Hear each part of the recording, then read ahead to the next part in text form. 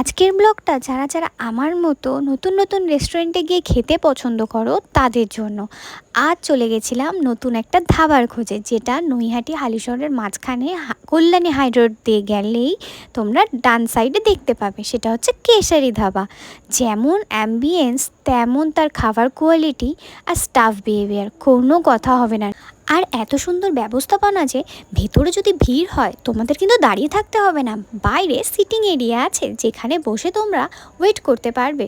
তো আমরাও যথারীতি সেই বাইরে সিটিং এরিয়ায় বসে অপেক্ষা করছিলাম কখন ভিড় ফাঁকা হবে আর আমরা গিয়ে টুক করে বসে নতুন নতুন আইটেম ট্রাই করব।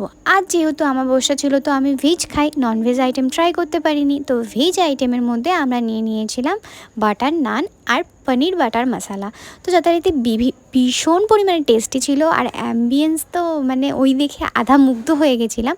তো এখানে কিন্তু তোমরা থালিও পেয়ে যাবে, বিভিন্ন রকমের থালি আছে, ভেজ ননভেজ। তো ওদের কিন্তু মেনু প্রতিদিন চেঞ্জ হয়, তো সেই হেতু তোমাদের ওখানে গিয়েই চেক করতে হবে যে আজকে থালিতে কী কী অ্যাভেলেবেল আছে।